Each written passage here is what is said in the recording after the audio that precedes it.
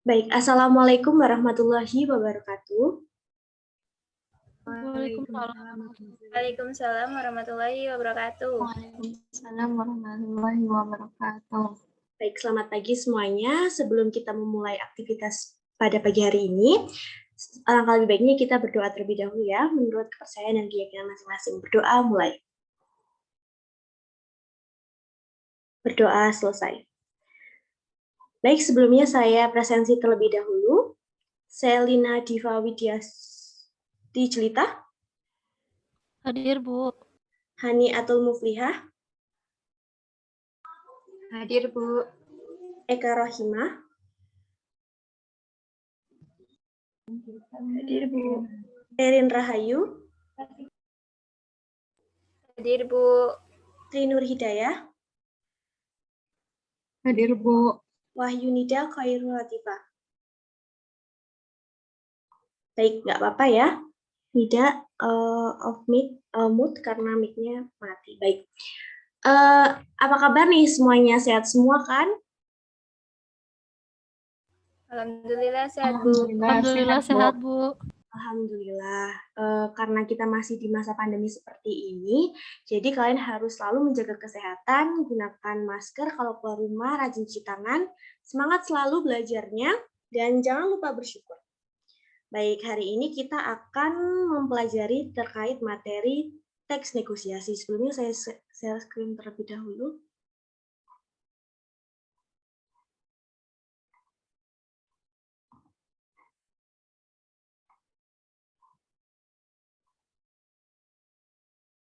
Baik, sebelumnya saya mau tanya nih, di sini adakah yang tahu apa itu negosiasi? Saya, Bu. Baik, coba. Menurut saya, negosiasi itu adalah kegiatan tawar-menawar untuk mencapai suatu kesepakatan. Begitu, Baik, Bu. benar sekali, Trinur. Jadi, negosiasi merupakan proses tawar-menawar dengan jalan berunding guna mencapai kesepakatan bersama. Kalian pasti sering dong menemukan kegiatan negosiasi itu di kehidupan sehari-hari, baik di kelas ataupun di pasar ataupun bahkan di rumah. Nah, kali ini yang kita mau bahas itu tentang teksnya. Teks negosiasi itu punya tujuan loh, baik teksnya maupun negosiasi itu sendiri. Tujuannya yang pertama menyelesaikan sengketa atau perselisihan pendapat. Apabila kalian mengalami sebuah sengketa atau perselisihan pendapat, kalian bisa menggunakan negosiasi sebagai solusi. Yang kedua, tujuannya yaitu menemukan jalan keluar dari masalah yang dihadapi. Misal kalian dan rekan kalian mengalami suatu masalah. Nah, kalian bisa nih menggunakan negosiasi, jangan hanya berdebat gitu kan. Kalau berdebat itu kan untuk mengadu argumen. Nah, kalau negosiasi itu untuk menemukan titik tengah dari masalah tersebut. Kemudian, tujuan lainnya yaitu mencapai kesepakatan yang saling menguntungkan. Ciri dari teks negosiasi yang pertama menghasilkan kesepakatan. Apabila negosiasi tidak menghasilkan kesepakatan, maka itu bisa disebut sebagai negosiasinya gagal. Kemudian yang kedua mengarah pada tujuan yang praktis. Artinya kita menggunakan negosiasi sebagai suatu solusi yang paling cepat, yang paling praktis. Kemudian yang ketiga memprioritaskan kepentingan bersama. Nah, apabila dalam teks negosiasi itu hanya memprioritaskan satu kepentingan pihak, maka itu tidak bisa disebut sebagai teks negosiasi dan negosiasinya bisa dibilang gagal seperti itu. Kemudian yang terakhir merupakan sarana untuk mencari penyelesaian. Seperti yang saya sebutkan tadi di tujuan bahwa negosiasi ini bertujuan untuk mencapai titik tengah atau menyelesaikan masalah. Jadi cirinya tentu bisa menjadi penyelesaian terhadap suatu masalah. Kemudian ada pun struktur teks negosiasi. Yang pertama adalah orientasi atau pengenalan. Orientasi ini biasanya dalam teks negosiasi bentuknya seperti salam, kemudian kayak basa-basi seperti itu ya. Kemudian yang kedua permintaan. Dalam teks negosiasi perlu adanya permintaan. Ketika tidak ada permintaan, maka tidak bisa terjalin sebuah negosiasi gitu. Kemudian kalau ada permintaan tentu dong ada pemenuhan. Pemenuhan apa? Pemenuhan produk. Misalnya dalam permintaan ini seseorang meminta apakah ada baju gitu. Kemudian si penjual mengadakan gitu. Misalnya seperti ada nih saya menjual baju. Nah, di situ akan terjalin kegiatan interaksi berupa negosiasi. Setelah adanya permintaan, pemenuhan, kemudian ada yang intinya yaitu penawaran. Nah, kalau ada permintaan, ada pemenuhan tapi tidak ada penawaran, tidak bisa disebut sebagai negosiasi. Contohnya ketika membeli baju nih, saya beli baju ini berapa harganya, 200.000, baik saya beli, itu tidak bisa disebut sebagai negosiasi. Jadi inti dari negosiasi itu adalah penawaran. Kemudian setelah ada penawaran, adanya persetujuan. Kemudian tidak disetujui, ya berarti itu tidak masuk ke dalam teks negosiasi. Setelah disetujui, tentu ada yang namanya pembelian gitu. Kalau udah ditawar, disetujui tapi tidak dibeli, ya tidak masuk ya ke dalam teks negosiasi. Kemudian ada penutup. Penutup ini biasanya berbentuk seperti salam juga atau terima kasih. Kemudian unsur-unsur teks negosiasi. Ada 4 unsur dalam teks negosiasi. Yang pertama partisipan. Kalau dalam teks negosiasi itu kan termasuk kegiatan berbicara ya, ucap, sosial, interaksi, maka kita perlu adanya partisipan. Nah, partisipannya itu tidak cuma satu. Bagaimana cara kita bisa bernegosiasi kalau cuman hanya ada satu partisipan? Jadi itu minimal 2 atau bisa lebih. Kemudian yang kedua ada perbedaan kepentingan. Apabila kedua belah pihak memiliki kepentingan yang sama, itu tidak bisa disebut negosiasi karena ya untuk apa gitu bernegosiasi kalau kepentingannya itu kan sama seperti itu. Kemudian yang ketiga ada pengajuan penawaran. Inti dari negosiasi itu kan tawar-menawar seperti itu. Jadi perlunya adanya pengajuan penawaran. Kemudian yang keempat adalah kesepakatan. Setelah adanya negosiasi, maka perlu adanya kesepakatan sebagai unsur teks negosiasi itu sendiri ya. Kemudian ada kaidah kebahasaan teks negosiasi. Yang pertama menggunakan bahasa yang santun. Jangan kalian membuat teks negosiasi itu menggunakan kata-kata yang kasar seperti itu. Kemudian terdapat ungkapan persuasif atau ajakan seperti itu, seperti memprovokasi lawan untuk menyetujui keinginan kita. Kemudian yang ketiga melibatkan dua belah pihak, seperti unsur-unsur teks negosiasi adanya partisipan, maka melibatkan dua belah pihak atau lebih. Kemudian yang keempat, kesepakatan yang dihasilkan tidak merugikan dua belah pihak. Artinya kedua belah pihak setuju dengan kesepakatan dan kedua belah pihaknya tidak merugi seperti itu. Kemudian selanjutnya ada yang bersifat memerintah dan memenuhi perintah. Nah, disinilah inti dari negosiasi. Negosiasi itu kan tawar-menawar ya. Pasti ketika kita tawar ada kata yang memerintah gitu. Bagaimana kalau seperti ini saja? Oh, tidak bisa. Begini saja, begini saja, begini saja. Nah, itu termasuk dalam bentuk kalimat yang bersifat memerintah dan memenuhi perintah. Maka ciri dari teks negosiasi adalah ada bentuk-bentuk kalimat yang bersifat memerintah dan memenuhi perintah. Misalnya, baik Bu, siap Bu, tidak apa-apa Bu, boleh Bu, seperti itu.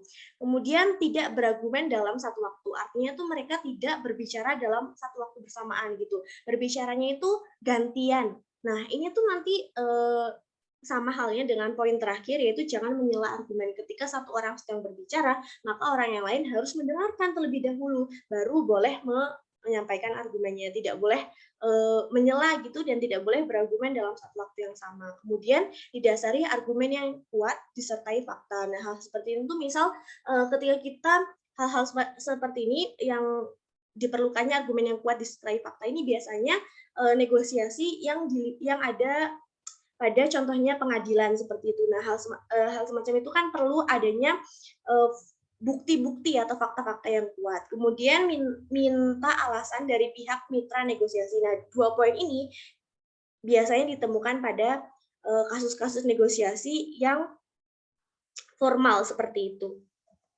Kemudian ini ada contoh teks negosiasi. Ini kita kecilkan aja ya, kelihatan nggak?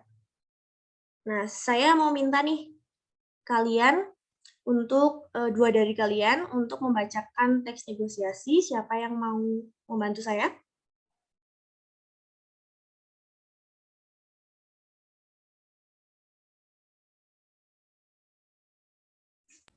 Adakah yang mau membantu saya? Oh, Salinnya Diva sama siapa? Saya, Bu. Selin dengan siapa ini? Sama Eka. Baik, nanti teman kalian, Selin dan Eka akan membacakan ini, contoh teks negosiasi, kemudian kalian semua harus menganalisis ya unsur-unsur dan struktur teks negosiasi berdasarkan contoh ini. Langsung aja Selin dan Eka, tolong dibacakan. Saya penjual, Bu. Iya, Eka bisa, Selin penjual, Eka pembeli. Ya, baik, Bu. Saya mulai ya. Mau beli apa, Bu? Ikan lele sekilo berapa, Mas? Lele Jawa sekilo 15.000, Bu. Kalau lele Dumbo sekilo 18.000. Mau yang mana, Bu?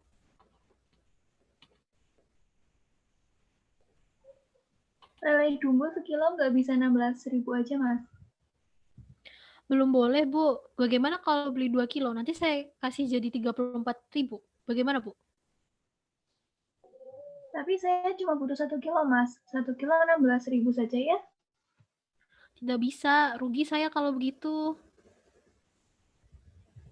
Ya sudah, 17.000 bagaimana, Mas? Ya, baiklah. Terima kasih, Mas. Baik, terima kasih Selin dan Eka. Kemudian kan saya sudah Sama-sama, memperkenalkan Bu. kalian untuk menganalisis kan unsur-unsur dan struktur teks. Saya mau tanya nih sama siapa ya? Kita cari dulu. Atau mau sukarelawan nih? Atau saya tunjuk? Tunjuk aja ya. Sama Hani deh. Iya, Bu. Tolong dong Hani. Gimana? Apakah suara saya terdengar ya, Bu? Terdengar. Hani, tolong sebutkan dong unsur-unsur dari teks negosiasi pada contoh ini. Orang yang beli ikan lele, disertai, ditunjukkan ya bagian mana ini. Baik, Bu. Saya izin berpendapat bahwa ada unsur partisipan, yaitu di teks tersebut ada penjual dan juga ada pembeli. Kemudian adanya perbedaan kepentingan, yaitu menegosiasi harga ikan lele. Pengajuan penawaran itu yaitu pembeli menawar harga 16.000. Kemudian terjadilah kesepakatan penjual dan pembeli sepakat dengan harga 17.000 untuk 1 kilo ikan lele dumbo. Seperti itu, Bu. Baik, benar sekali Hani. Kemudian kita ke struktur teks ya. Struktur teks negosiasi saya mau tanya ke Ririn, coba tolong dong tunjukkan struktur teks dan bentuknya di mana. Saya, Bu. Jadi struktur teks di teks negosiasi tersebut itu ada orientasi. Orientasi itu ditunjukkan dengan penjual bertanya mau beli apa, kemudian ada permintaan. Permintaannya itu berupa ikan lele, dan struktur ketiga itu ada pemenuhan. Ikan lele Jawa dan ikan lele Dumbo. Kemudian ada penawaran, yaitu pembeli menawar 16.000. Kemudian ada persetujuan, ikan lele itu 1 kilo menjadi 17.000. Kemudian ada pembelian, menerima, dan penutup itu ditunjukkan dengan kalimat terima kasih. Itu, Bu. Baik, terima kasih Ririn, betul sekali. Sampai sini ada yang mau ditanyakan? Apakah ada yang belum paham atau bagaimana? Saya, Bu, mau bertanya. Silakan. Teks negosiasi itu ada jenis-jenisnya nggak sih, Bu?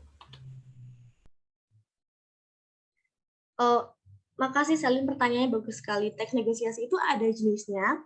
Berdasarkan situasi dibagi menjadi dua, yaitu negosiasi formal dan negosiasi non-formal. Pengertian negosiasi formal adalah negosiasi yang terdapat perjanjian yang sah di mata hukum. Contohnya seperti transaksi negosiasi penjual belian tanah gitu, properti, atau negosiasi dalam pengadilan seperti itu. Itu kan termasuk bentuknya formal. Nah, kemudian yang kedua ada negosiasi non formal. Contohnya yaitu negosiasi yang terjadi dimanapun, kapanpun, oleh siapapun, tidak terbatas dan tidak ada kaitannya dengan hukum seperti itu. Kemudian berdasarkan negosiatornya dibagi lagi nih menjadi dua. Yang pertama negosiasi dengan penengah dan yang kedua negosiasi tanpa penengah. Negosiasi dengan penengah ini nanti pada akhirnya kesimpulan atau kesepakatan ditentukan oleh penengah. Contohnya apa? Pengadilan seperti itu. Nah, di pengadilan kan ada negosiasi. Nanti penengahnya adalah hakim. Kemudian yang kedua, negosiasi tanpa penengah itu seperti ya negosiasi kita sehari-hari gitu loh. Seperti kita membeli lele di pasar, atau kita sedang berdiskusi dengan saudara-saudara di rumah mau liburan kapan nih, kan biasanya pada negosiasi gitu kan, mau tanggal segini aja saya lagi libur, enggak tanggal segini aja saya libur tanggal segini, biasanya seperti itu. Nah itu kan tanpa ada penengah. Nah itu nanti hasilnya ditentukan oleh seluruh pihak yang terlibat. Nah kemudian negosiasi berdasarkan untung rugi. Ada nih negosiasi berdasarkan untung rugi, tapi tidak terjadi di negosiasi di umum gitu. Biasanya itu di pengadilan atau negosiasi perusahaan gitu. Itu terbagi menjadi 4. Yang pertama yaitu negosiasi kolaborasi, artinya kedua belah pihak memiliki keuntungan yang sama. Kemudian yang kedua negosiasi akomodasi, yaitu kita nih sebagai negosiator itu memiliki keuntungan yang jauh lebih sedikit daripada pihak lain. Kemudian yang ketiga yaitu dominasi, yaitu ketika negosiator memiliki keuntungan lebih besar daripada pihak lain.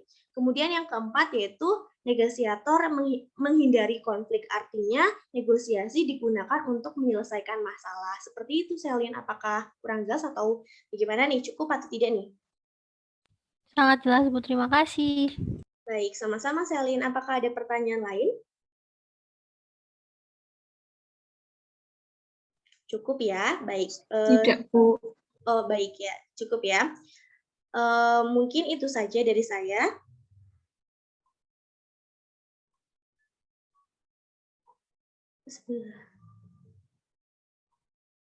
Kemudian saya mau ngasih tugas nih ke kalian. Yang pertama, ini kan ada 6 siswa. Kalian bikin kelompok dengan setiap kelompok terdiri dari 2 anggota, kemudian membuat teks negosiasi. Minggu depan presentasi ya. Apakah ada yang mau ditanyakan seputar tugas? Dikumpulkan di mana? Presentasi aja minggu depan. Jadi deadline-nya minggu depan langsung presentasi. Ada yang mau baik, tanya? Bu. Oh ya, udah jelas? Sudah. Sudah, Bu. Baik, kalau sudah jelas saya tutup ya kelas pada pagi hari ini. Apabila kalian mengalami kesulitan atau masih ada yang belum paham, bisa PC saya aja di WA, nggak apa-apa, atau di grup. Sekian dari saya. Terima kasih. Selamat pagi, semangat selalu, bersyukur selalu. Wassalamualaikum warahmatullahi wabarakatuh. Waalaikumsalam warahmatullahi wabarakatuh. Terima kasih, Bu. Terima kasih. Terima kasih, Bu.